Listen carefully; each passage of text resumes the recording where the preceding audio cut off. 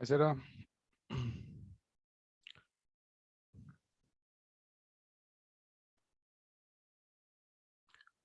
Hi, Sarah. Hey, how are you? I said, by the time you come, let me just put these slides there. But now that you're here, let me just go quickly through them. What was happening to March? Because actually what happens is that if you do not go live at the right time, what happens is Facebook or I don't know, LinkedIn does that or not. Facebook actually thinks that you're not going live. And it says cancel, the event is canceled. So this is what we're doing today. So Sarah is going to take us through women and mediation on a larger perspective, Sarah, as wide as possible. So this is part of Mediation Vision 2026. Under there are lots of topics I put up on mediatorvikram.com, and one of them is diversity, equity, and inclusion. Later today, we have Mahatma Gandhi and mediation. This is the topic, heart, soul, and spirituality. And then Saturday, Andrea's coming on Friday on the topic. And then Saturday, we have Bernie Mayer, which is part 3 of the show Evolution of a Mediator. And then what I've done is I've got a senior counsel. His Landmark Group is about, I think, a $7 billion company. So he's the group general counsel, and he had a very good experience. I was a mediator in a matter. So I said, let's put out their experiences. But that's also important because exactly why he felt it was good. So, and then we have on Tuesday discussing this book. This is part of talking books because some of us don't read them. And there's a workshop also. There's a workshop as part of it also. So if you want to come in, Sarah, but for you, it's a little late. That's the only problem. Yeah. Yes. And then last day of the month, celebrating mediators, their birthdays. And then call for speakers for the April symposium, Heart, Soul, and Spirituality Mediation. I'm kind of concentrating on this, Sarah, because I feel that this is something which really did not get discussed as part of mediation. I mean, so. I think that's great. And I think it's so exciting because it's acknowledging that mediation is so much more than just the negotiation of a contract. You know, it's the people, it's the heart and soul, it's our culture, it's all of the mess of humanity. And I think if we aren't talking about those things, we miss the moments for resolution and peacemaking. Yeah. But I think what has happened is because obviously institutions have been out there promoting mediation, but that's a very, very limited aspect of what's happening in terms of mediation. Yeah. So these individuals who are out there, who are doing wonderful work, they don't get highlighted, and they're doing it in various spheres. Not, I mean, you know how wide that work is. Yeah. And that's what I love about you too, because you're bringing to the conversation, bringing to the table these people that in a way are so busy doing the work. They don't have time to promote themselves. They don't have time to share their stories often. And so the interviewing process, the giving them a platform helps, well, celebrate them and the work they do, but also opens the eyes of other people that, hey, mediation isn't just this one dimension. It's complex and it's layered. Exactly. That's the whole idea. But what you're going to, Sarah, what we're going to start with you telling us about yourself, and do not be brief. Do not be brief because you're doing wonderful work and all kinds of things. So please talk about everything. All right, we're going to go on a journey today, and I can't wait. So I'm very grateful. Hi, everyone. My name is Sarah Blake. I am a second-generation mediator. So my father was one of the early mediators in Australia. He's a barrister. And so he was very involved in the early days in Australia around mediation and setting that up and mainstreaming it to some extent. But I think my connection with mediation began even earlier than his involvement in Australia with mediation, because we grew up in a Catholic family under the Jesuit tradition. And what that meant for us as young children particularly is that we were exposed to this notion of discernment, this notion of making decisions together, and also this connection with nature, which particularly emerged from my mum's side of the family, who were farmers. So they played a pivotal role in holding their community together. They did a lot of volunteer work. They looked after kids when they didn't have somewhere safe to go to. They fundraised for communities. They helped build town halls. They planted trees in the environment. So they were deeply connected to community and nature. So I've got this amazing, I guess, foundation of community, of family, of discernment, and grew up with the language of problem solving from a social justice perspective, not just from an economical perspective. And so my own journey was really started from that place of understanding who I am and what has shaped then how I do what I do. So I think that that's the genesis of my passion and commitment to peacemaking has really emerged from those early years and emerged from particularly my father, who was involved here in Australia in some social justice causes. We had big bushfires and he took on big cases. There was closing of local hospitals and he took on that fight. And so we were exposed to, walking down the street with our signs and protesting. We didn't know what we were doing, but we understood that it mattered and it was important. And so I think all of those things just highlighted for me that it was possible for one person to influence change, and that just having a fight doesn't necessarily create long-term solutions, that we have to do this together. But Sarah, which part of Australia did you grow up? We grew up in South Australia, so in a country town called Clare Valley, which is about an hour and a half north of Adelaide. But now you're in Perth. Now I'm in Perth. It's a long story. That's what I said. We want the long story only because of the fact that where are you coming from kind of thing. Yes. So so I was very privileged to grow up in this Clare Valley, which was a small town of about 3,500 people at the time. It was a wine growing area, but my roots, my family connections that continue are with my mum's side of the family near Port Lincoln. And my family on my mum's side has been connected to that country. I think I'm about 7-8 generations that have had connections to that space. And so that's farming country, wheat, barley and sheep.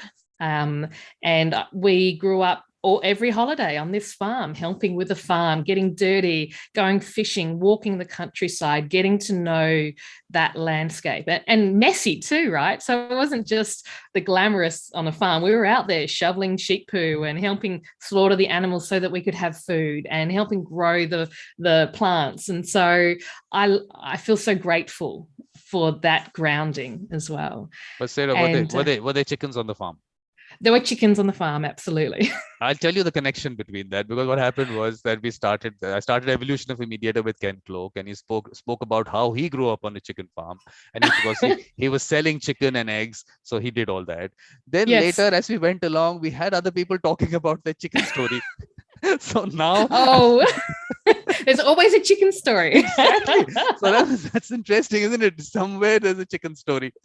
So, you know what I love? I love that about what we do as mediators too, is that we find connections and we listen, and it's joyful. And I think we need more of that joy. So I've got plenty of chicken stories, lots of chasing them around. We even used to play we used to play golf around the chickens, and so lovely memories. As I grew up, I went on in my secondary education. What are you going to do with the world? You're young, you're idealistic, you want to change the world and have an influence. I thought I would head into the native title space here in Australia. So working with Aboriginal Australians, traditional owners, and helping through that native title process. I found myself moving up to Darwin in the Northern Territory, where my dad was then living at the time. In part, my parents separated when I was about 13. So it was an opportunity. I wanted to get to know my dad as a grown-up, or I thought I was a grown-up. I was still, 18, 19, very young. But I went on an adventure. You say that when you look back. That time you did not think so. That time I knew everything, right? So I went up to the Territory for an adventure, and I'm so glad that I took the chance to do that, and it's really been a pivotal thing. I ended up meeting my husband-to-be up there, and he's in the military, so we've done a lot of moving since we met in Darwin. But Darwin also is quite a cross-cultural hotspot. it's actually closer to Asia than it is to the rest of Australia. And so you have this amazing influence of this cultural diversity and food and experiences, and it just enriches life and it broadens your perspectives of who people are. So I was studying anthropology and politics and thinking that I'd be an anthropologist, and had the opportunity to work with some very high profile Aboriginal anthropologists. And I think at that time, what happened is that I was exposed to the politics, the messy politics of native title space. And it kind of shattered that illusion of the savage warrior, that everything's perfect. It made me realize life is more complex than that. And I'm grateful for it. And hence it shifted, I think, where I ended up going with life. But I'm really grateful for the grounding in anthropology, because I remember my first ever lecturer stood up in front of us, and I don't know her name and I don't know anything else but this one quote that stuck with me. And it is that our job is to question the taken for granted assumptions of society. That's interesting. And I think I've taken that with me as a mediator. And I love that, because what we do as mediators really is to ask those questions, to delve into those assumptions. But I think, Sarah, I take it a little too far. I talk about how mediation and the court system don't go together, and it's taken for granted that they go together. And maybe I'm not liked for that. Maybe a lot of people don't like it, but that's the way I look at it. So maybe sometimes you have to question it. Yeah. Yeah, you do. And I think they're really valid questions, because I think as an industry, we are starting to see a bit of tension emerging between mediation in the court systems and people's experiences of that. And so for many people experience it and they walk away with a sense of injustice. We haven't actually experienced justice, and they just feel like it's been a tick in the box experience. And so somehow we're missing the essence of where mediation emerged from. Because I think that my focus is on the mediator. Yeah. Totally, because I think maybe you can correct me. I think a mediator is an important part of the mediation. I feel so. maybe a little bit, right? Yeah. And they are getting lost in this entire thing of, the courts are promoting mediation. Yes. The courts. I don't care if the mediator is not being able to practice as a mediator. What use is it doing to the mediator? What use is it doing? So that's why I question that. But yeah, you're saying something. The mediator role is the mediator plays the central figure to it, but there's a fine balance, right? Because we're not there with ego. We're not there to own the conflict or solve everything for people. We're there to manage good process and to hold them and to question those assumptions in a safe way. That's why they're special, to be able to do that and still not be the central figure, but it's still going. It's the whole process going around you. It's not everyone can do that. I mean, so that's why they're special. Yeah. Yeah, I absolutely agree. And I love talking about, I could talk about that till the cows come home, but another conversation. But look, I think the background was important, because first of all, the diversity of Australia itself and how much of that you have experienced, one as just a person part of the country, then as a woman, and then mediation. Let's take it, I think maybe in those steps, because that will give us a better picture. Yeah. Yep. So, that's where I started. I've then been very blessed. I've moved around Australia. I did my mediation training back in 1996. So I've now been in the industry for 26 years. Not only did I live it as a young child, but I've been in the industry for 26 years. So I bring a very different perspective to this task of mediation, I think. I've been very lucky to work with not-for-profits in community mediation, working with the federal government. I've even worked with the federal police in the cross-cultural aspect. So I've had quite a diverse career, but always applying the mediation skills to what I do. Yeah. And I'm grateful for that. And it does change how you think about the business of agreement making and peacemaking and bringing people together. So I guess that's a really short capture of my foundations. I do now mediation work, but I do a lot more conflict management work and coaching work. So the work I do now probably looks very different to what it used to, and I love what I do. Yeah. So now you're going to tell us about the diversity of Australia, and then the role of women and how in society in general, and then we'll move into mediation.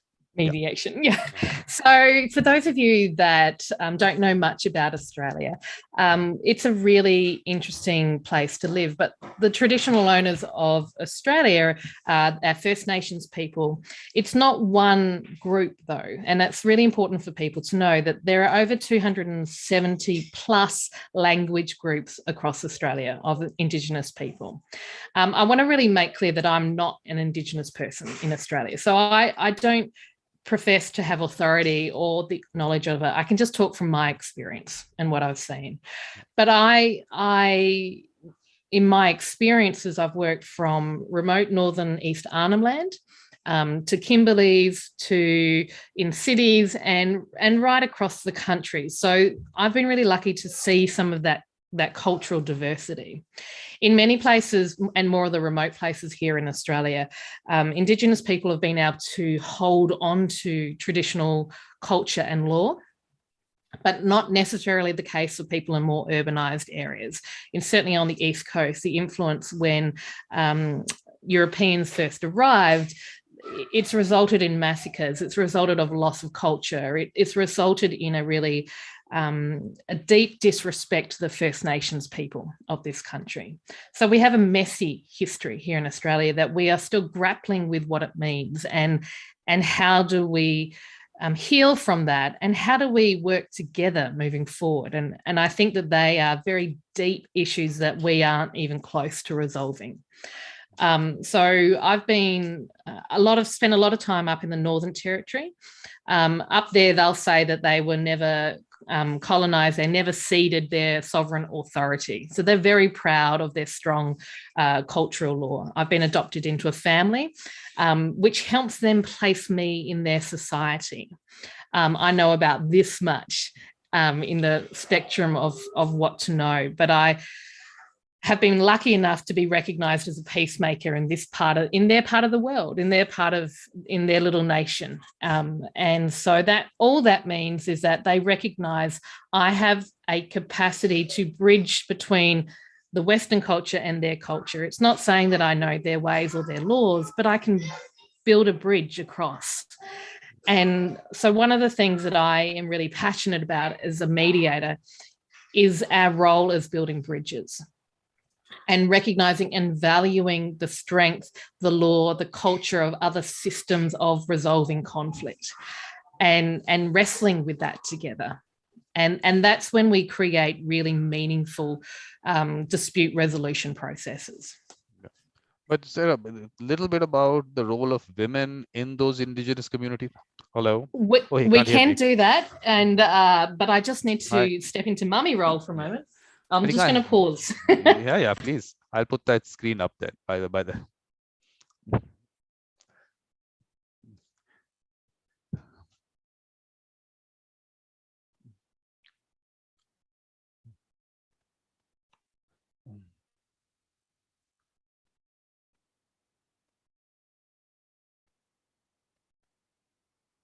Yeah, we're back.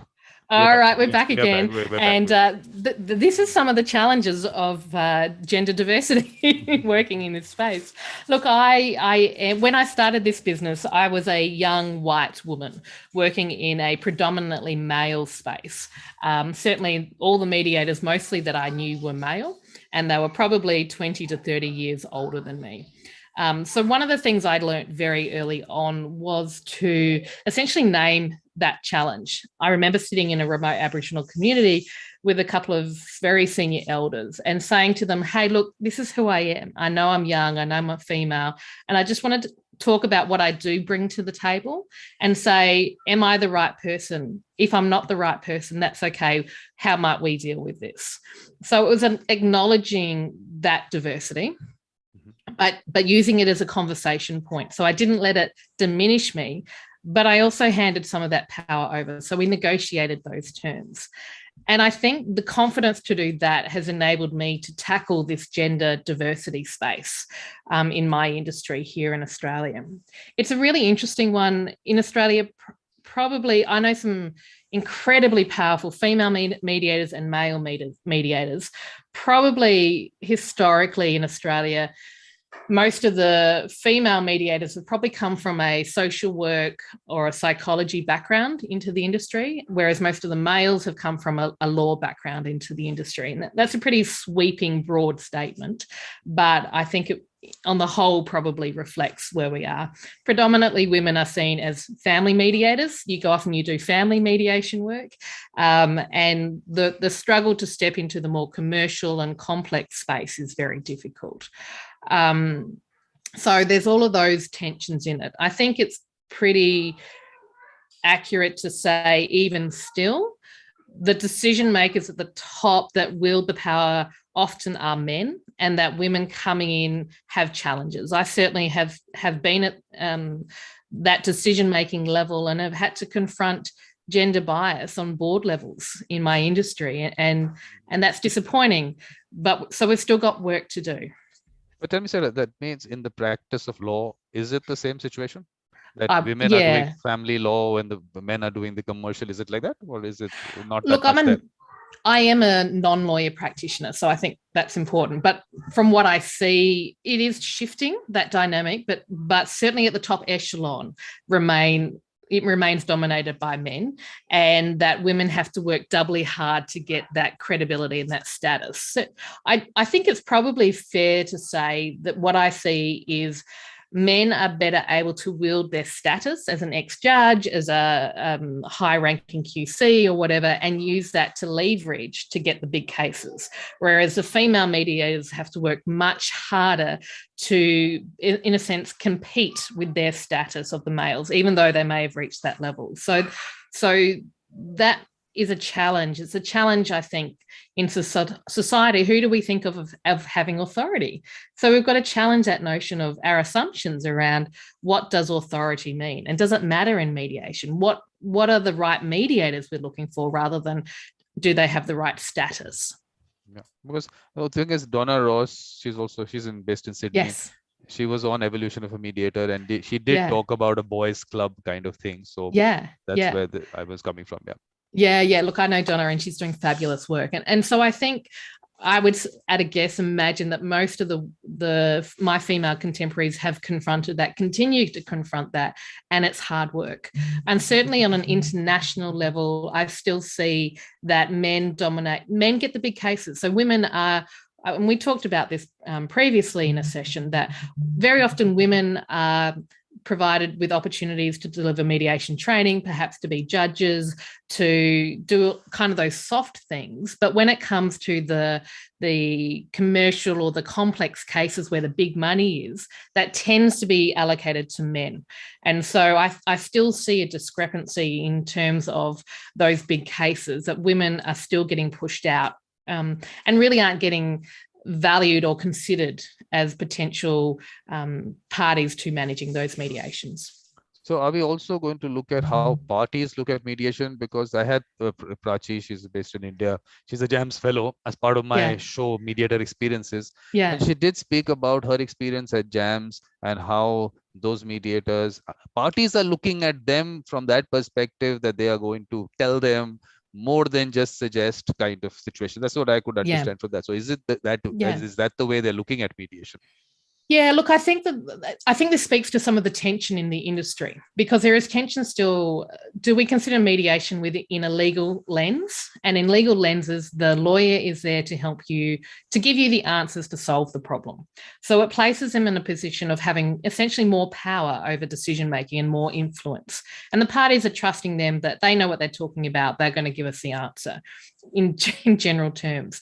And I think the risk as the industry is that we're adopting that same frame of reference. So the legalistic approach, the adversarial approach to problem solving, and bringing that into mediation. And I don't think that necessarily aligns.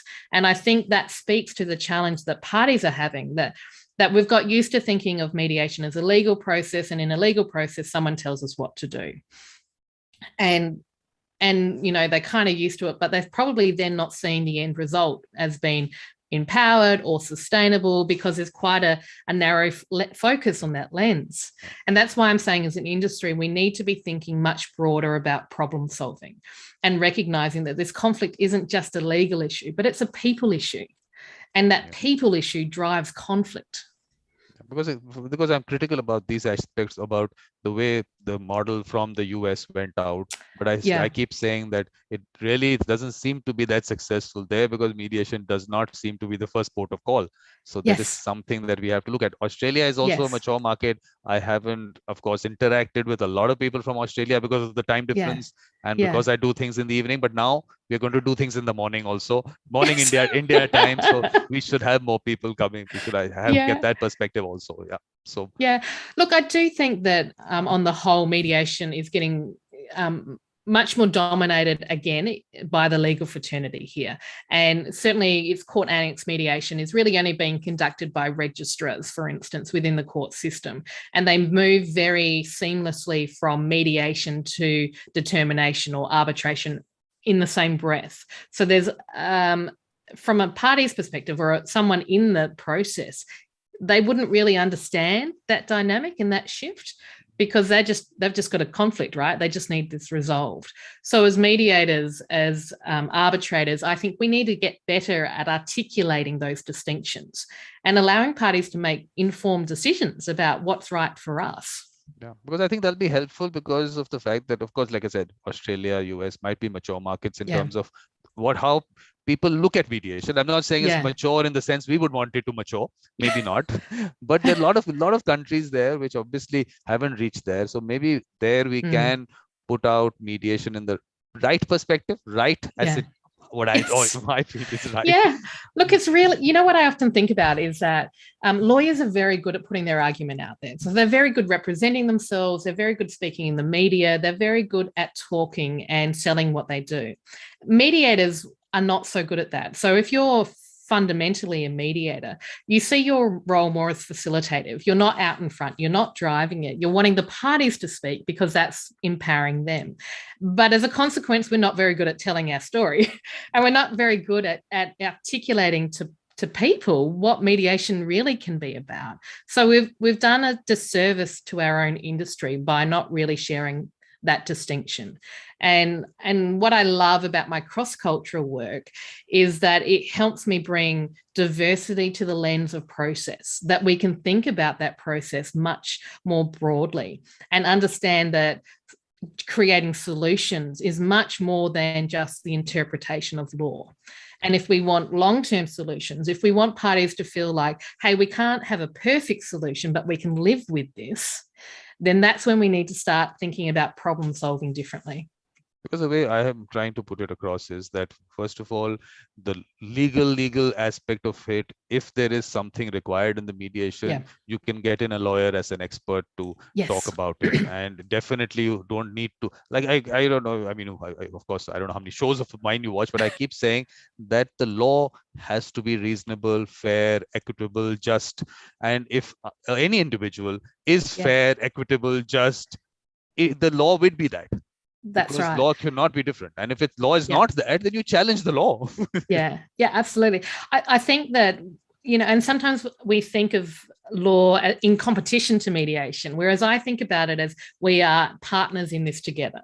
And in an ideal world, I would love to see mediators as expert process facilitators, and that we might bring in lawyers as support people to us to make sure we cover off those legalistic terms. But we also recognize that there's a whole pile of other questions and layers to the conflict that we also need to unpack beyond just that legal lens. Exactly, because it's also going to be, maybe you might need an architect to come in, you might need someone else. So lawyer is in the same category. So look, I will clarify that I am a lawyer. So but we need all of this, right? Exactly. And you can have that part of it, but you, in terms of the process, it is different. And that's the way I also put it across, that don't get into that. Because why I'm also talking about this, because of the decolonization is one of the topics that I put out. And I feel it comes from there, the whole colonization mindset, that lawyers and courts are the places that you go to for dispute resolution.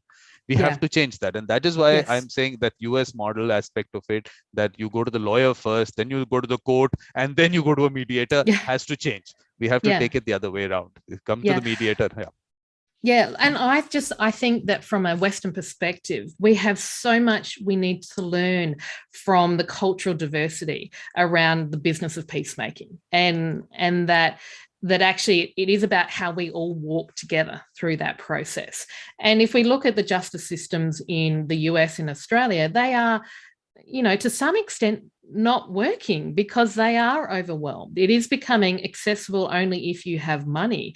And so people without that money are not getting that access to justice. And even when you do, you're often walking away feeling like, well, I'm still in pain. This isn't resolved. So there's that greater level of dissatisfaction. So there's a lot of research coming in that the system itself is under pressure. It's not necessarily meeting the needs of the people in conflict. But it extends beyond that, Vikram, too, because if we look at society here in Australia, for instance, where are people learning to deal with conflict? So put aside mediation, but let's talk about conflict for a moment. We watch TV and we see these populist TV shows where people are fighting and it's really dysfunctional relationships. We see our politicians so busy having a fight that they're not actually able to work together on critical issues. We see personalities getting in the way of good decision making, and it's how popular you are rather than how good your decisions are making. And so, we're not learning how to engage in conflict productively. And so I think there's this question of when we don't deal with conflict productively at this level, then of course, as we go up and we find ourselves in conflict and going through the courts, there's this disconnect. We're not doing this business well. Yeah. But I think at the same time, like I said, the role of women in society in general, in various things, I think we need to, let's look at it from the Australian perspective. And then, but when we talk about the Australian perspective, we will talk about the indigenous communities, because I'll tell you how I'm looking at it is. One, we talk about the role of women in that society, be it indigenous, be it in general in Australian society or in the world. I mean, obviously you're out there in the world, so obviously you would look at that also. But then we look at their role in terms of mediation. One, as mediators; the second, as parties in the mediation; the third, as women in the background in mediation. So these are the things that I would want to look at from indigenous, otherwise also. So this is what you need. So interesting. Yep. Let's go there. So I can only talk from what I've seen and what I've experienced. In my work in some of the most remote communities in Australia, it's the communities where the women are empowered, where the women have held on to hope, sometimes in desperately poor poverty, high levels of dysfunction. It's the women, when they are empowered, that community has hope. But when women are not empowered, too often those communities have fallen into a cycle of conflict. So I personally see that empowering women in communities helps the communities to create hope for a better future. In some of the communities that I've worked with, there's often an assumption from people who haven't worked with Indigenous people before that perhaps Indigenous women are disempowered, that they sit quietly, they're not actively in your face involved. But my experience has been the complete opposite to that, is that women, we are the bearer of children. And in bearing children, we play a role in educating the next generation. We're educating them about law, about society, about culture, about who we are. So our role as peacemakers starts from a very early age, right from the age of birth, growing up. So women in my experience, women in Indigenous cultures are that bedrock of peacemakers. They can, and where appropriate, that certainly there's a distinction of men's business and women's business. So if there's a conflict that I might be helping to mediate, we've got to be really mindful of, is this women's business, is it men's business, or is it community business? And then finding the right people with the right authority for that particular case. And so if it's women's business, we'll go through process, and they'll go through process in a way that's culturally appropriate, with the right ceremonies and with the right decision makers in place. As would be the case for men as well. But then when we come together and it's us together, my experience has been that there are very clear and distinct roles for women in that process. And when we enable that and allow that, that's when truly sustainable solutions emerge. And so, some of the most powerful older women that I've sat with in the presence, who you just know are great peacemakers, and they sit and they watch, and they might not necessarily have the loudest voices, but they will be directing that process. And so we need to listen to the women as much as the louder voices of the men. Exactly. That's what we need to highlight and bring out, that those voices are important. And I'm not okay. Let me also put it, because obviously little bit. Okay, if it's part of it. I'm not saying I'm going out of the discussion, but I'm saying that basically those mediators, being special people, their voices in society in general, the ones that I'm talking about, the ones who really are doing it from the heart, soul. Those voices are also not brought out, because they are not loud enough, because they don't want it to be loud enough. So I think we need to, that's why I'm focusing on the mediator and wanting them to be part of the process, the life. And I think particularly from a Western perspective model, this model doesn't accommodate that diversity particularly well, and will look for the loudest voices. And so it misses those great leaders that we actually need to be mediating this process. And we need to give them the power to do that. As an outsider coming in, I don't know their laws particularly. I don't know their cultural requirements. I don't know their ceremonies. So that's not my business to manage. That's their business to manage. So I give, it's about us walking that together. So I have been very fortunate to train some incredibly powerful Indigenous mediators in Western mediation. But in doing so, I've learned too about some incredibly powerful traditional ways of resolving dispute. Because I think in my symposium, there was this girl, Akshata. They've these young people, very young people. I think they must have been out of law college for the last 2-3 years only. They've set up a platform where, of course, it's wider. It's arbitration and mediation on that platform. But she was talking about how obviously they don't have as many people that they need, and diverse people. One is obviously from the language perspective, because obviously India is diverse in that sense. But she was saying, okay, that we were looking at some dispute and we said, oh, our mothers could have solved it. And when she said that, I said, look, that part of it, that people with the mediator mindset, and we may find that a lot, they might just be women, and there might be large numbers there. So let's identify them and bring them out, because the problem that I'm facing is because of the whole training and make a mediator concept that has gone around. These people who have the mediator mindset, who are all out there, they never are looked at as the mediators for some reason, till you don't have that certification and all those aspects. So we have to bring them out. We do, certainly.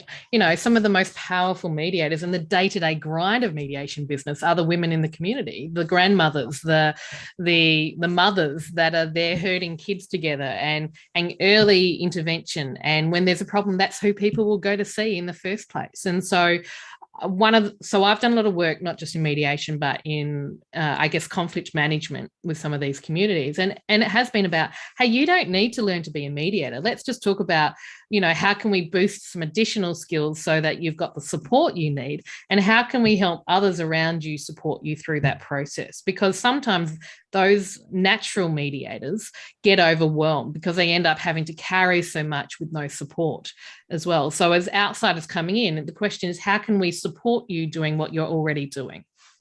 Because I go back to the Indigenous communities, are there actually mediators in that community, or still do the men dominate, and women are in the background there?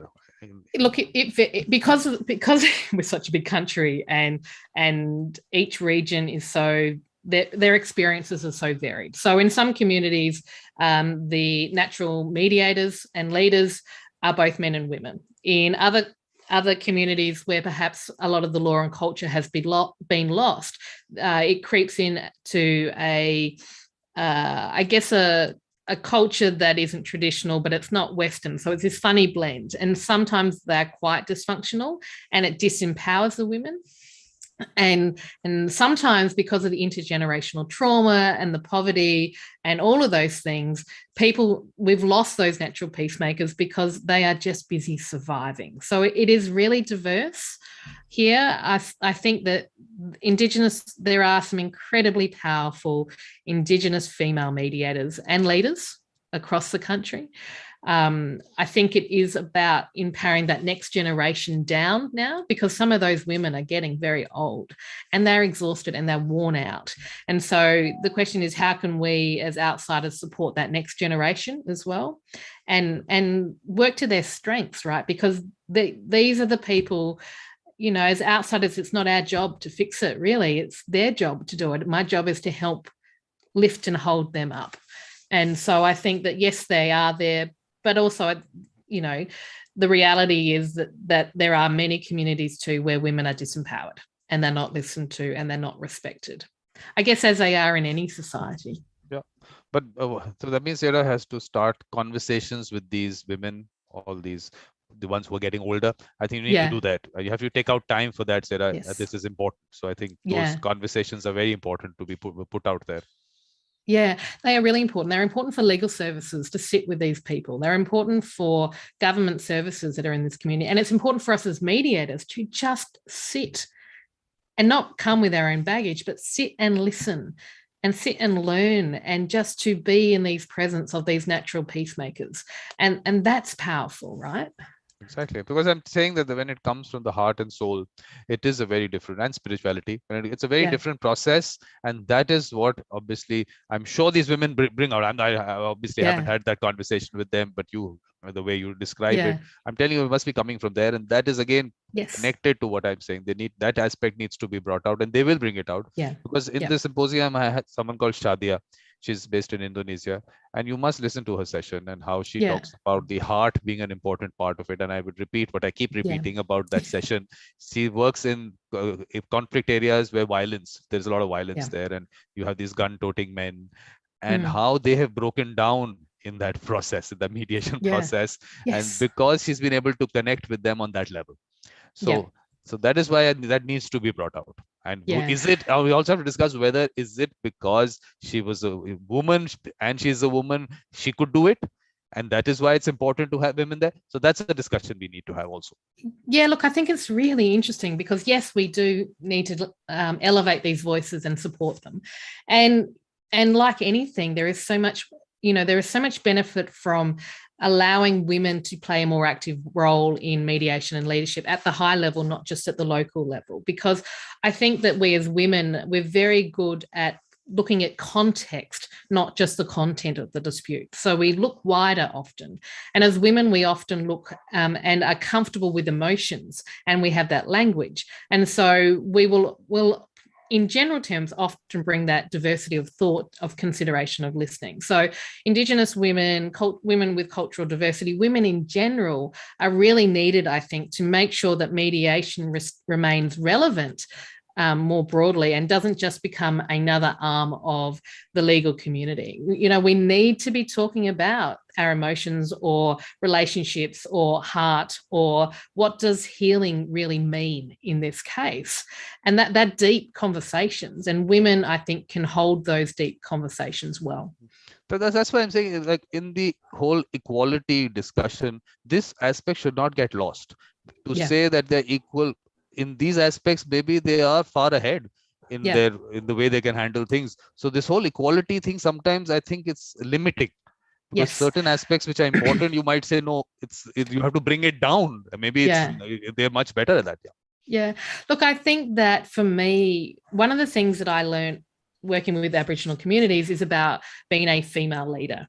And for me, it gave me the confidence to be authentically me, and to recognize that leadership doesn't have to look like that powerful man and that very masculine approach to leadership, but that my own personal style is something very different, and the world needs that. And that will be different for every female, but let's give everyone the choice to bring their strengths to the table. And if their strengths are more masculine, fantastic. But if it is the more feminine or the diverse cultural, those aspects, we need to value that too, because humanity needs that. Exactly. I mean, that aspect of it needs to be highlighted, because I'll Yeah, tell you that in India there is a god where they talk about him being half male, half. I mean, he's yeah, generally looked at as male, but there is. yeah, Let me just put this on screen. Maybe I'll show you. This is the way also he is looked at, as half male, half woman. yeah, Okay, so what we also need to discuss is that woman inside a man. When we talk about women in mediation, we're talking about that woman inside a man, part of it coming out in mediation also. yeah, yeah, Because you can see how it's looked at. I mean, half girl, half boy, yeah, half. So this part of it also, to when we say women in general and women yeah. in mediation, so that woman part of men also needs to be brought out. That's Maybe right. we need to discuss that also. Yeah, look, I think that from my experience, the most deeply meaningful decisions are ones that are balanced, where we reach this point of balancing the finances and the relationships, the emotions and the rational. And when we find that moment, or that the language of balance, it's like this sweet spot of, hey, that's it, we've reached that point of discerning the right decision for now. Now, it may not align with what you thought would be perfect, but it's perfect for this moment. And in mediation, I think that's what we're trying to grapple with. How do we bring these elements together? And that's what, for me and from my experience, that's where the most powerful resolution emerges from. And it's a resolution at a very deep level. It's not just in your head, but it's in your heart. It's grounded, and it brings all of those elements together. And that's where transformation happens. Absolutely. So that's the balance is the main thing. The balance and bringing Yeah, it together can create that. But as parties in a mediation, again, let's look at community mediation in terms of, we look at yeah, indigenous and then we'll talk about yeah. in general. So do you see women playing a role? I mean, are they brought out as parties in a mediation? Have you, when you've gone out there and you've done mediations? Yeah, look, it will vary on. It's I wish I could give you a hard fast rule, but it's so diverse. It will depend on. So if I'm doing a mediation and it's a violence restraining order issue, then it might be two women, or it might be men and women. It will really depend on the issue.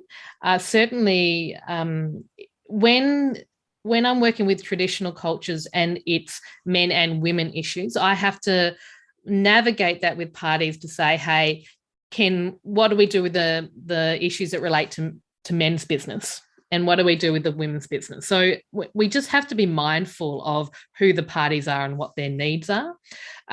Certainly, women are quite good as parties, seeing all those puzzle pieces, but often become driven by the high emotion. This is very generalist. The often when there's male parties, they focus, we just want a solution, we just want to fix this. And I think that's true whether you're from indigenous cultures or not. And so it is about just honoring where people are in the conflict and their needs. So, but in a mediation, that community setup, if Yep. you would want to have a discussion only with the women, Yep. would that be looked at as something which, why is she doing that kind of thing? Absolutely. Yeah. Look, I've certainly done mediations where it's just women, and we don't, this is women's business. So we'll sit under the trees and we'll break up into little groups, and we'll make sure that the right privacy is observed. Sometimes in meetings, you'll have to make a one entrance for the females and one entrance for the males. You'll have to make sure that the right people are sitting next to each other or not. So there's a lot of protocol dynamics that you have to observe for parties, working with Indigenous parties around respecting them and their needs. I've done mediations too where I've brought a co-mediator, a male, and we've been talking about very serious native title issues, very complex. And what we've done in the process of the mediation is just taken some time, and the women and I have gone off to talk about some business, and the men have gone off to talk about some business. And then I negotiate with them, hey, what can we share back to the whole group? And so then we come back with some shared messaging about what was discussed. And then from that point, they're able to make some more specific decisions around what moving forward looks like. But supposing that was reversed and you went Yeah. with the men and he went with the women, would that have been something which they would have been uncomfortable with? Look, they're always in the driving seat to make their decisions. If they're happy for me to sit with the men, then I would, but it's particularly in traditional places, that's unlikely to happen. It can happen, and I've certainly had some discussions, but there are some things that are taboo that I can't talk about, or I'm not entitled to be in that space, and I'm okay with that. So it is really just about having that conversation, right? Yeah. But then outside the indigenous communities, in communities, okay, in general, everything is part of it in general, but outside the indigenous community, what have you looked at that? Do you think look at things differently there? Yeah, look, I think in the mainstream, we probably do less gender. We don't generally separate on gender lines. And I think that, that's part of that cultural experience, but it's also part of making sure often if we did that, the female voice to the party would probably be dismissed and not engaged. So in a funny way, the strength of the traditional women's voices is perhaps more respected because of that. And the female voice is still a little lost in the Western space. So we have to work harder to make sure it's heard. So I think that's a really interesting thing to look on. I don't generally have to divide up for gender reasons in the mainstream. Because I think that maybe, I mean, I don't know, look, in terms of mindset, the indigenous aspect of it is something which reflects what we otherwise also think. I mean, I don't know. Yeah. I mean, is it that some things in society are kept back only because you have to put a face for society? Inside, is it the same thought process? I don't know. I mean, you would tell me better. Yeah, I don't know. I think that to some extent, as a Western culture, we've lost so much of our ritual and some of our cultural stories have become sterilized in some way. We're just people, right? We're not so much of that culture diversity. And so, even my own family history is Irish and Scottish. And, so where are those traditions? How are they influencing us today? And it's not so much. So we've lost that. And I think that that's, to some extent, probably something that is disappointing for us. We're less because of that. And so in Indigenous cultures where you can't separate your spirituality, the law, the culture aspects, because that's a holistic part of who you are. And so, yes, we're in conflict, but we have to bring all of who we are to this process. Whereas in Western context, it's like, okay, that's the conflict, but we separate our personal from it. Because I've been looking at this, that in terms of putting up communities, if we set up communities, could be what residential communities say, is there an optimum size beyond which you go into an area where the community doesn't stay together? It's not as cohesive as it should be. Is there a certain size? I'm trying to bring it down to population. That is a good question. I don't know the answer to that one, but that's a really interesting thing. Well, for Aboriginal communities, they're wrestling with, do we stay together as a very small community in a very remote town where we don't have the access to resources and housing and jobs and things? Or do we go out and then come back? But if we go out, do we lose the vibrancy of our culture? What happens with our next generation? So they're grappling with that around how do we hold our culture and who we are strong when the opportunities are away from our town, and what does that mean longer term? So, they're in the midst of really difficult, in a sense, negotiations around who are we and how are we moving forward. Because I'm looking at it from what we call the mainstream, in terms of communities in general developed in towns and cities.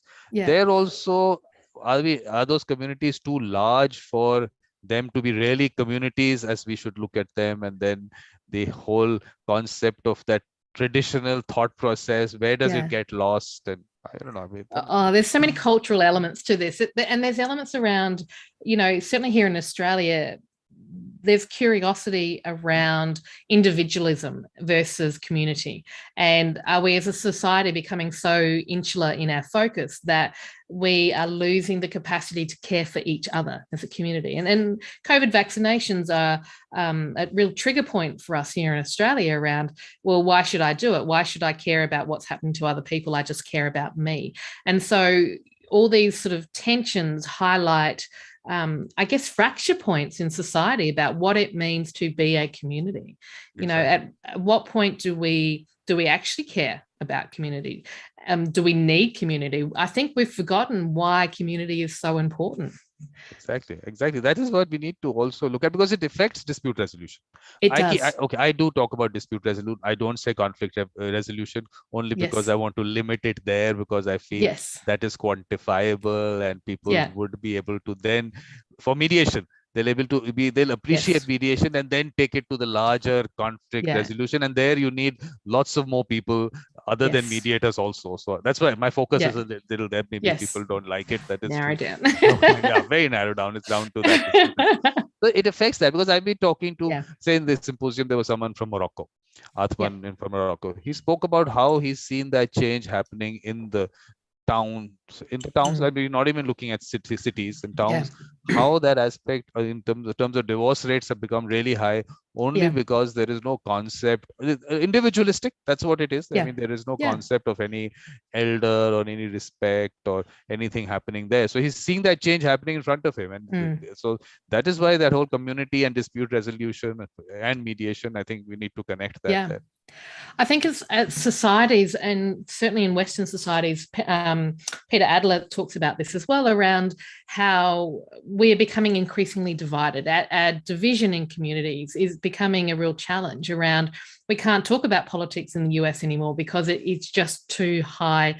It creates too much conflict too quickly. You're either for or you're against. It's dividing us as a nation. So, you know, how are we talking about these differences anymore? We're not, because we're letting them become conflict between us rather than curiosities that we can explore.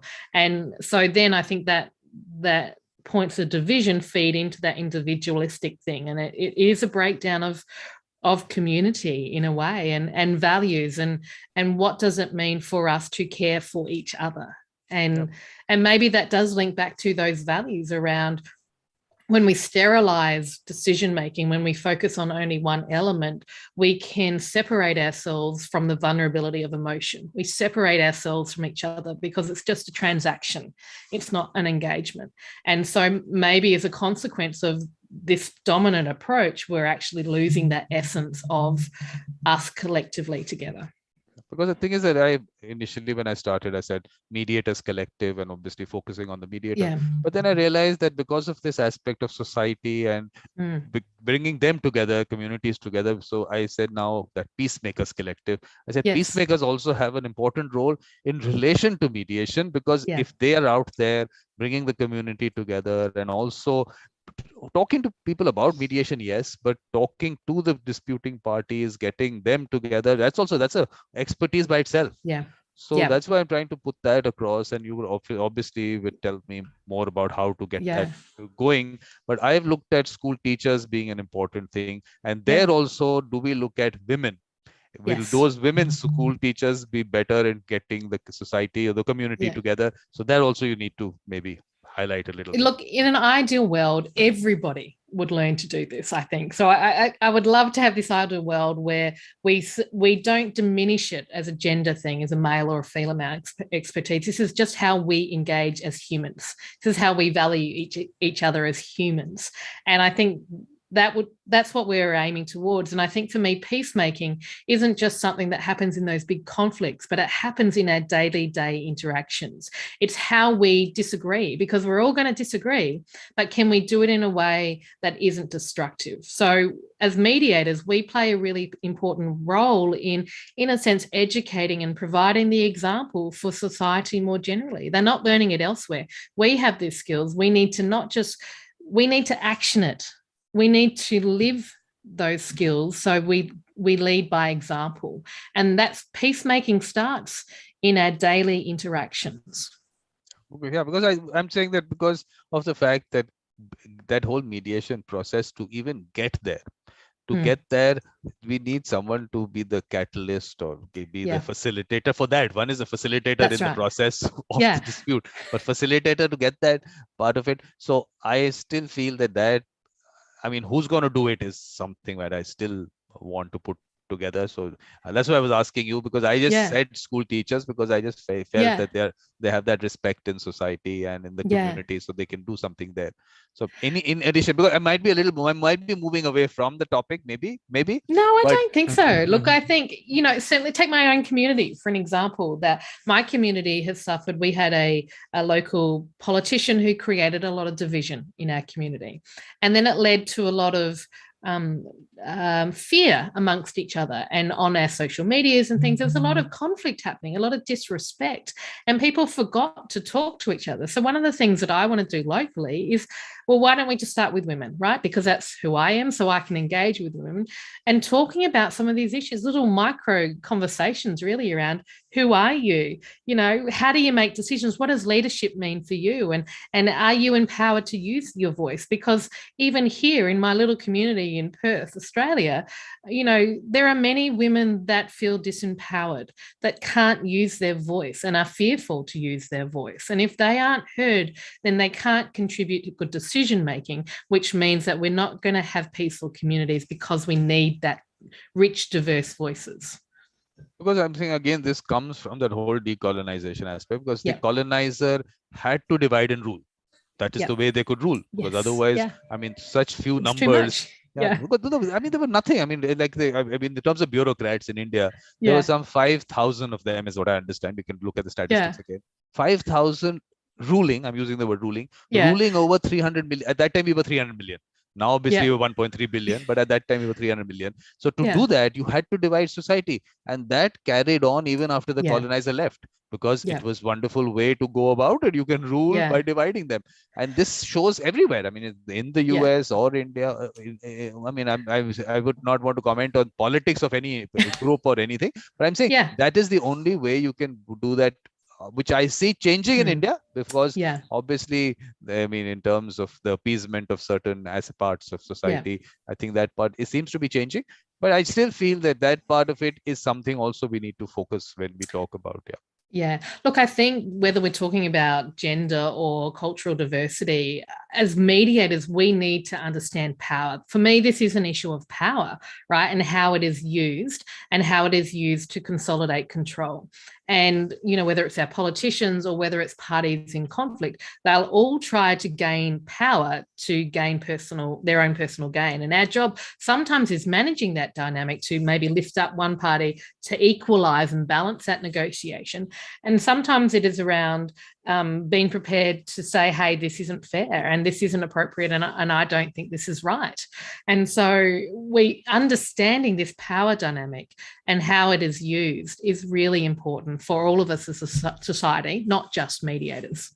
Because I was just thinking, I mean, talking to you right now, because from the colonizer's perspective, did we have women in the bureaucracy and the judiciary at that time? I don't think so.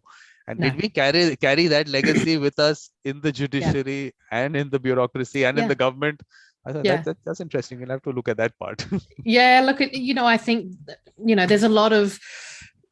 there's a lot of movement in society at the moment, and we've got a lot of Me Too movements, and we've got Black Lives Matter, and all of those things are going on. And what I feel like is it's a bit of a resurgence that we're starting to challenge those assumptions around who has power and how it is used. And so certainly for women in the mediation industry, I think you'll increasingly see moving into the future a stronger vocalization of women, wanting to be at that table and wanting to be taken seriously and needing to be taken seriously because it matters to us as an industry. And I think that for all of us, it's taking us all on that journey, and it can only enrich the community more widely.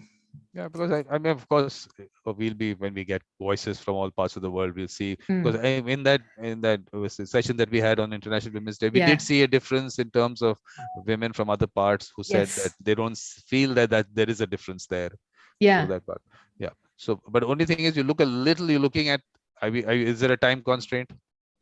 Is there a time constraint with For you? me, no, not really. Okay, perfect. Okay, because that becomes an issue sometimes with people, because Yeah. I keep enough time, and then they're too polite to say something to me.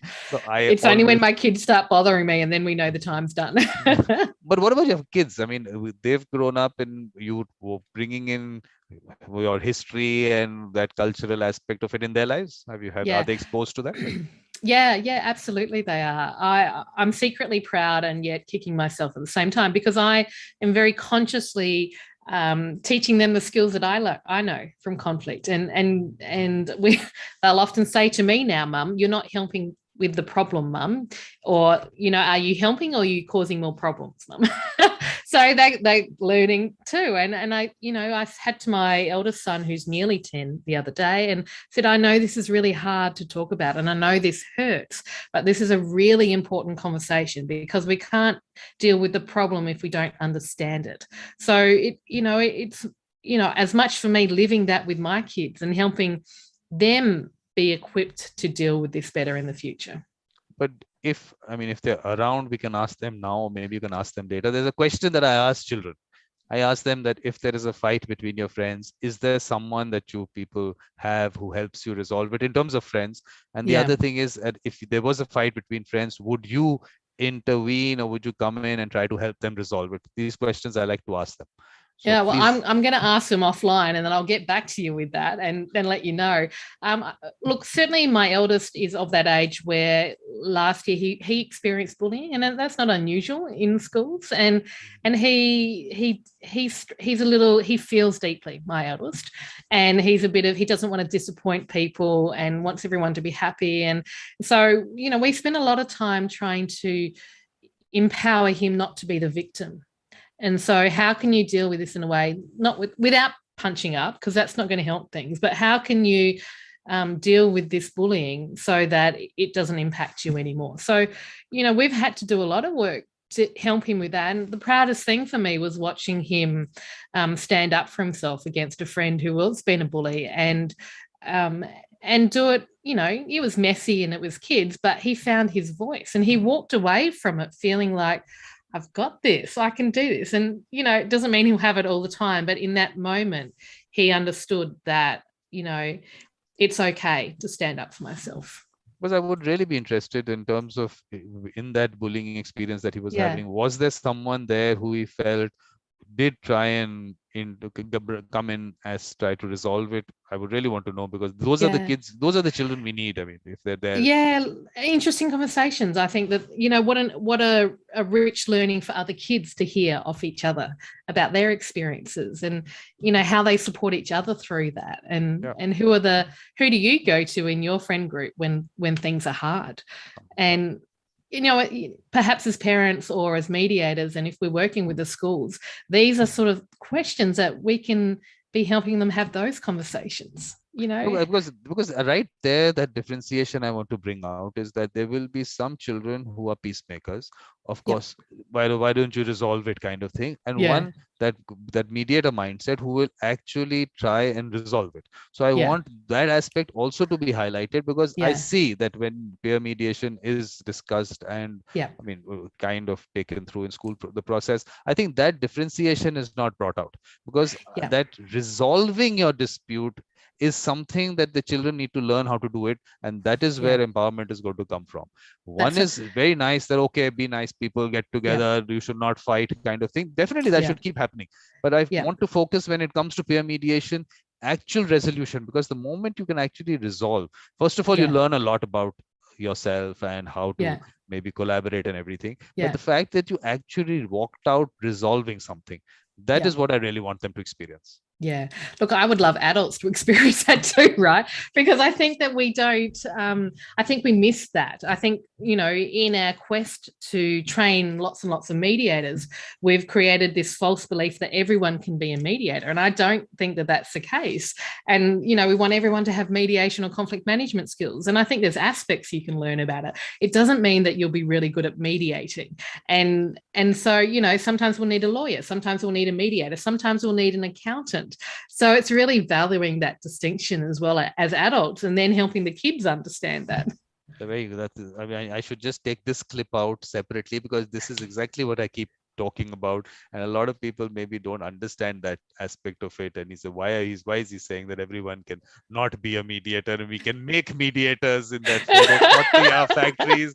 I think that aspect, that's why it needs to be highlighted. Yeah. Yeah, look, I've done 26 years, and I've done a lot of mediation training over those years and delivered a lot of mediation training. And I'm pretty, you're probably the same. You can pick probably within the first 5 to 10 minutes of who's going to be a really great mediator and who's like, no, probably not. And so we can recognize it. We can't always articulate it, but we recognize that. And I think we as an industry do not only the industry a disservice, but our users of mediation, the clients, a disservice by not recognizing that not everyone can be a mediator, because then we're exposing them to mediators that are just following a tick box process, right? Because that's all they know. They can replicate a process, doesn't mean they're actually mediating. And so then the experience of people in those mediations, those conflicts, are probably going to walk away maybe with an agreement, but probably with an agreement that is less rich than it could otherwise have been. Exactly. I think that is one of the reasons why maybe mediation did not take off the way it should have, because that aspect of it where the process gives you that satisfaction for you to tell other people that you should go for it. Maybe that's not really happening. And that's why I keep, I mean, again, you'll hear that repetition, that the US aspect of it, that over these 45 years, if you still have 100 million cases going into courts, there is some issue there because you keep talking about how they get resolved after that, but that really is not the first step for you to do, lawyers and court.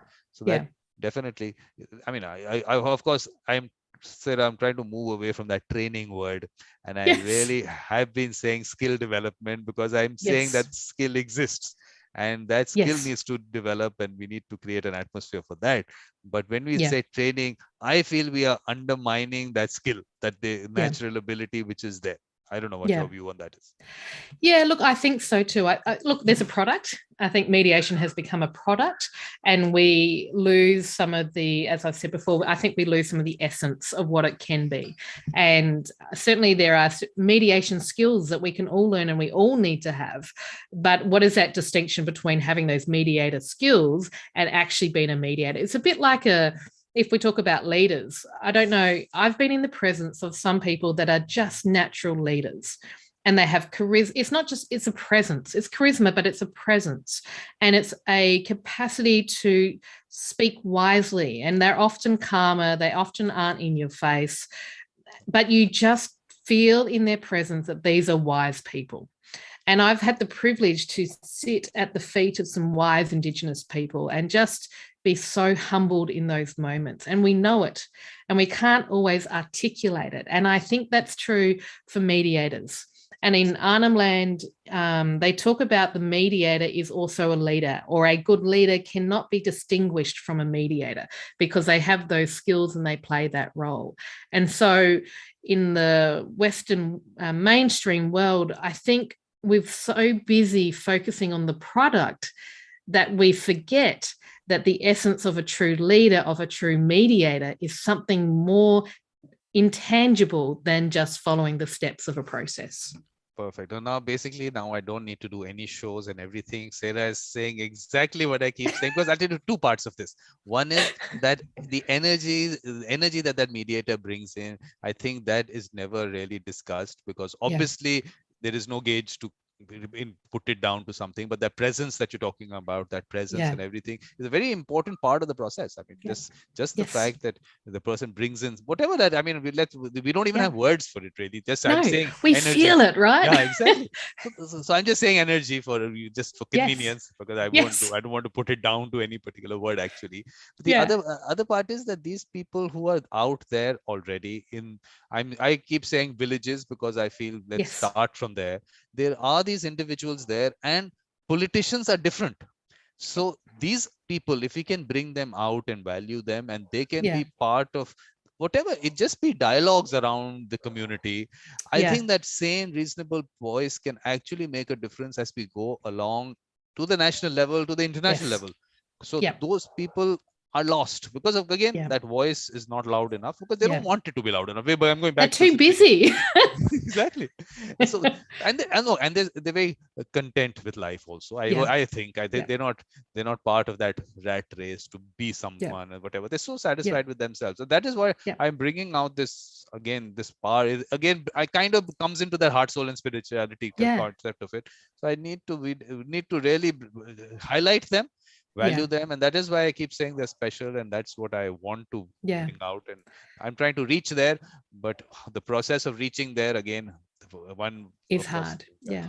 because it has to be at scale, and at Yeah. scale it has to be, of course, still the right people to bring them Yeah. out, because again it always comes down to people being threatened because Yeah. you're bringing out sane voices. Oh, we Yeah. don't want sane voices there. Yeah. Yeah. So that also is an issue there. So it again has to be society, the community Yeah. itself understanding that we have lost out on this. What we Yeah. brought out is, again, I don't know, you might still not like it, but the colonizers aspect Yeah. of how Yeah. governance has to be, maybe that Yeah. has got highlighted a lot more than Yeah. what might be the traditional, again, maybe connecting Yeah. it to the indigenous No, I part of it. agree. Yeah. Look, I think that the peacemakers are the bedrock of society. You know, they're the people that you go to when things go wrong. And we need to, without them, we emerge into chaos and conflict. And we are less because of it. So we need to support them in their work. We need their voices heard. And because they are the foundation upon which we build upon. And when we lose them, the gaps that are emerging from that, to some extent, are irreplaceable. They are the heart and soul of this business of peacemaking. Because the thing, it is Vision 2026, but I'm not saying that 2026 we'll be able to change everything. But Yeah. let's do the groundwork there to set up a system where they can be brought out. And maybe another 5-10 years in the history of the world is not too much. But if we can start from that, because I'm totally concentrating there, because if we start from there and it grows up, I think at some stage, maybe we can make some difference. But you have to be part of that, Sarah. You have to be part of it. You have to do your bit. I know, I do. I'm sure you are. I'm sure you are. Let me not say that you're not. No. It's a good reminder too for all of us mediators that we often get so caught in doing the business that we forget about that heart and soul, and how can we lift up that heart and soul. And thank you for the reminder, because there are projects that I've had sitting on my shelf doing that very thing, and when you're busy with kids and with work, they can get lost in the scheme of things. And so I think it's a reminder for all of us to, hey, let's step outside ourselves, let's connect in with that broader community, let's do just one thing. If each of us did one thing to bring the voices of our own communities and peacemakers to the table, then that will create momentum for change. Exactly. I've been saying, I'm using the word my 1,000, but my 1,000, those people that I feel have the mediator mindset, 1,000 of them, if I can put them together and they can put in 1,000 together, we have a million of them out there. Some things can change, but I can understand, of course, your children are growing up, and obviously my daughter is much, much older. So maybe there is a difference, and I cannot expect you to put in as much time, definitely.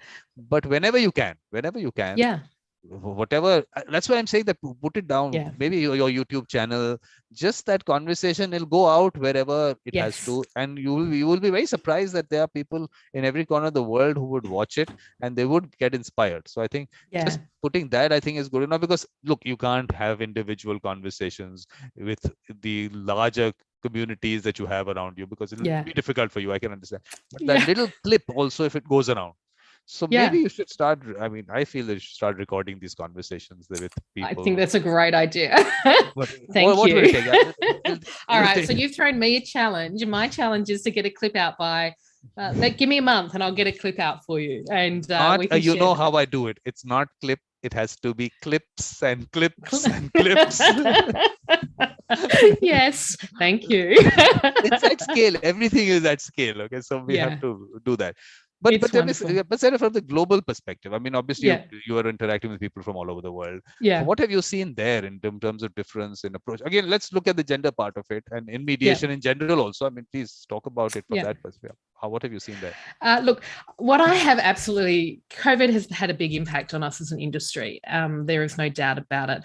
One of the wonderful things for me that has emerged is the uptake and the engagement with Zoom or online work. And what that has also meant is the flow on impact of connections being created. So what I have seen, particularly over the last probably 18 months, and what I see going forward is this, greater connection globally. And, as a female mediator, I've been able to connect with some just inspiring women that I would not necessarily have known about, let alone talk to, let alone created relationships and ongoing collaborations. So I see that shift is actually empowering all of us to create stronger bonds.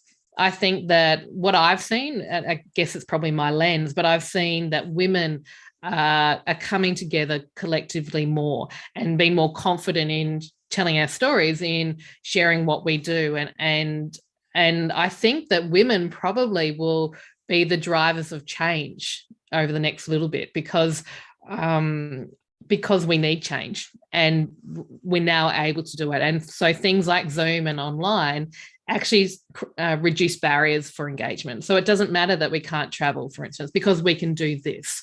It doesn't matter that we've got kids because we can do it online. And now we've got a community to support us through it. So I see that the increased adaptation and flexibility with our online, using technology in mediation will really enhance that diversity. But I have something to say there, but before that, there's a message that Shifan has put out. Shifan is in Kashmir, India. Yeah. He says, business minus heart and soul is equal to corporate materialism. That's why there is no peace, because for peace, we need heart and soul together. That's her comment. Yeah, absolutely. So what an interesting thing that has come out from what you were saying. I don't know whether you put a thought to that, but has online interaction, mediation we can look at, obviously we have to look at mediation also, but online interaction, is it better for women? Has it helped women, or will it help women? And will it also help women in mediation? Do you think, have you put a thought to that? Personally, it absolutely has. And certainly the women that I speak to, it's also done the same. I think that it's reduced barriers and it's enabled us to put ourselves out there. On the flip side, though, one of the interesting things I noticed when COVID was at its worst was that there was a real resurgence of men being asked to talk at events on Zoom and men writing papers and this reliance of men as experts at events. And there's a lot of research confirming that men suddenly had time to write more papers and men suddenly had time to do all these things, whereas us women were having to juggle the kids and try to work, and we just didn't have space to write papers, for instance. So I think that there is that, but I think that what I'm seeing is women, as we start to get out of that worst stage of COVID, that perhaps now we're going to see women really engaging in a different way and having more space to influence and become influencers in a way through online. Yeah, because maybe let's look at it in terms of the time spent. I mean, the saving of time that you've got, maybe that part of it you can use for work and of course interaction. Yeah.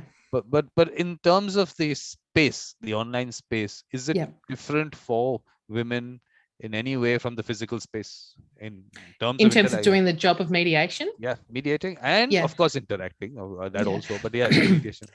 Look, I think that nothing beats face-to-face. I think for me that will always, you get an intimacy when you're in the same room as someone. As a mediator, when we listen, we don't just listen with our eyes and ears. We're listening with a whole pile of other senses. We're listening to the energy in the room. We're listening to the tone. We're listening to the non-verbal cues. And all of that is a bit harder doing it online. So we miss that. What I would love is I do a lot of pre-mediation work now through through Zoom. But I love the face-to-face for the real gritty work.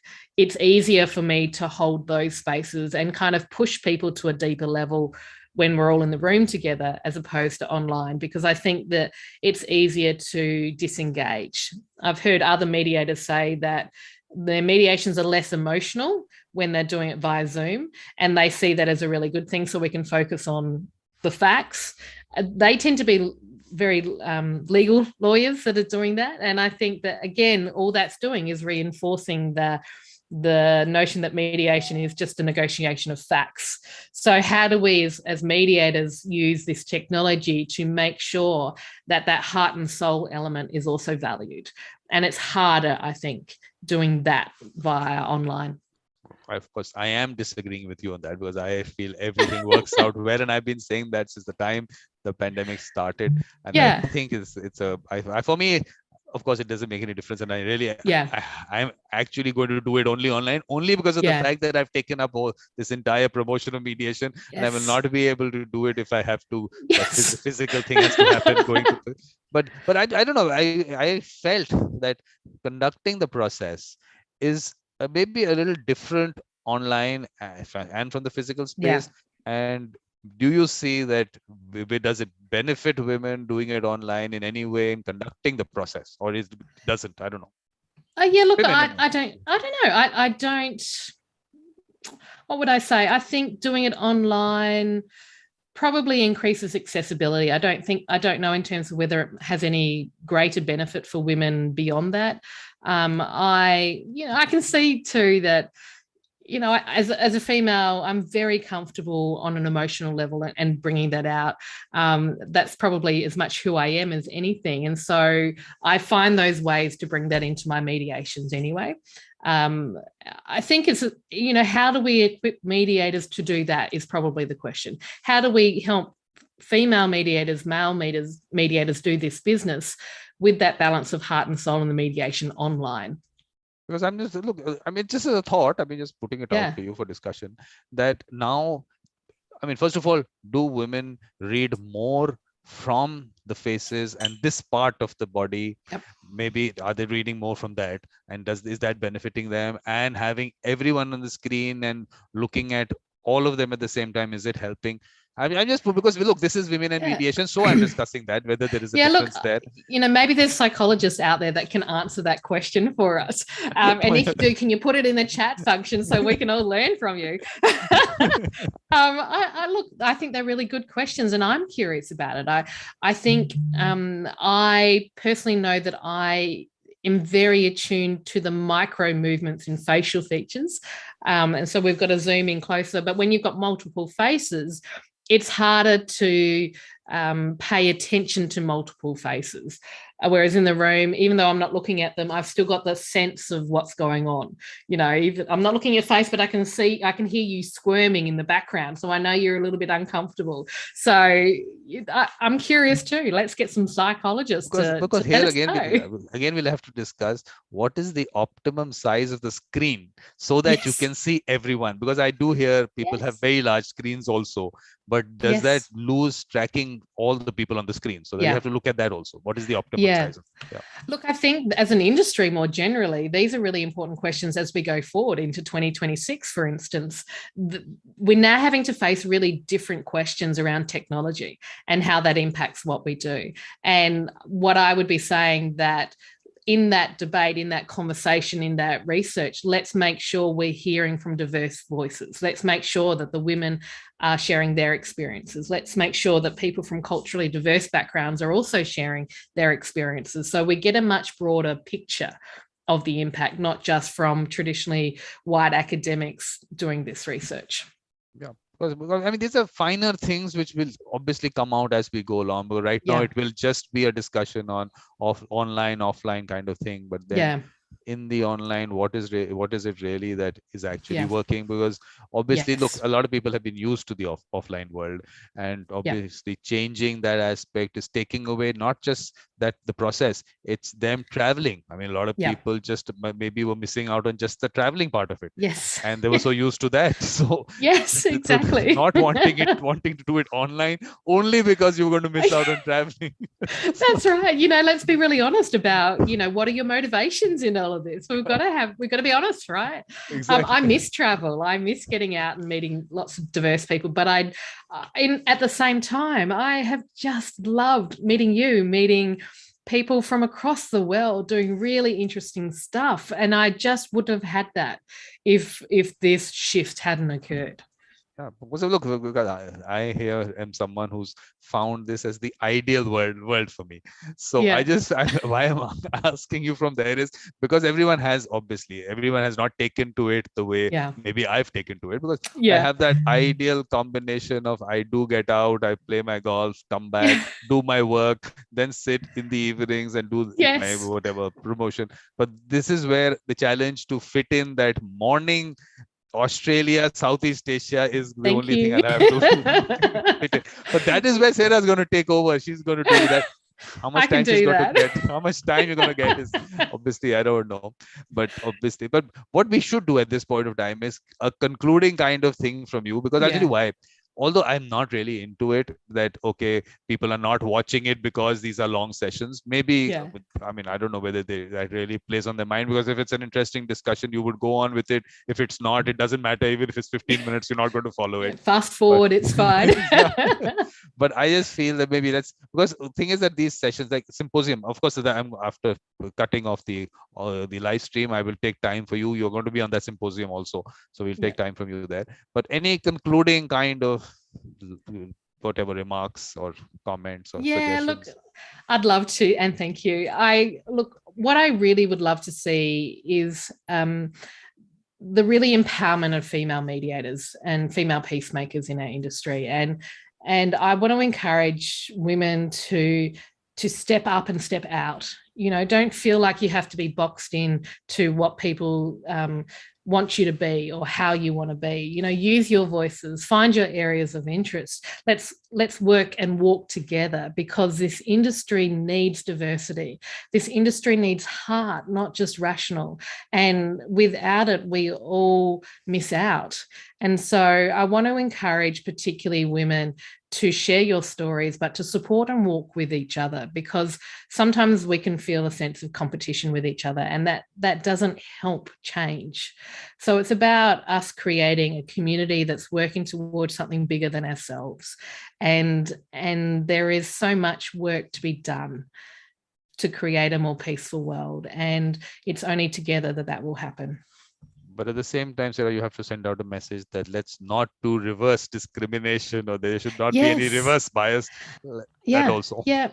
Look, it's a fine line. I think that as practitioners, that we also have to be disciplined. We're asking that of other people. And if we're not demonstrating that balance ourselves, if we become, and you see people get very angry and because they've been disempowered, and in getting back power, they diminish other people. And that doesn't create long-term change. The most sustainable change is when we can come and both walk in the room together and respect mutually the strengths and the weaknesses that we all bring to the table. And from that place of mutual respect, that's where really good decision making emerges. Well, that's really important. So I think that's the problem is that I don't get time to edit. I can't, because there's obviously so much happening. But I think there's so many clips can be taken out from this session, can be put out, so that if you get time, please do it. Please I try will. and get those nice clips out. I think they're really important. What you said, a Yeah. lot of these things there, because I can't do it, because definitely you can understand. There's so many things happening. I will endeavor to make that happen. Thank you. So thank you, Sarah. Thanks a lot. And really nice of you to come in. And obviously, I mean, what you've shared is useful to women around the world. So I think people should take note of it. Yeah. Well, thank you for what you do too, because you put so much time into this and making space for people to be heard and bringing that diversity. And so I really want to acknowledge and thank you thank you for what you're doing, for that courage and that perseverance and the time that you put into this, because it is absolutely invaluable. Thank you. Thank you very much. And the good part is that you're sitting in Australia and you're saying this, and it's made my day. And I have a long day now, because otherwise, someone says it at 9 o'clock at night, I don't have too much of the day. So now it's only about 12:30. So thank you very much. Oh, thank you.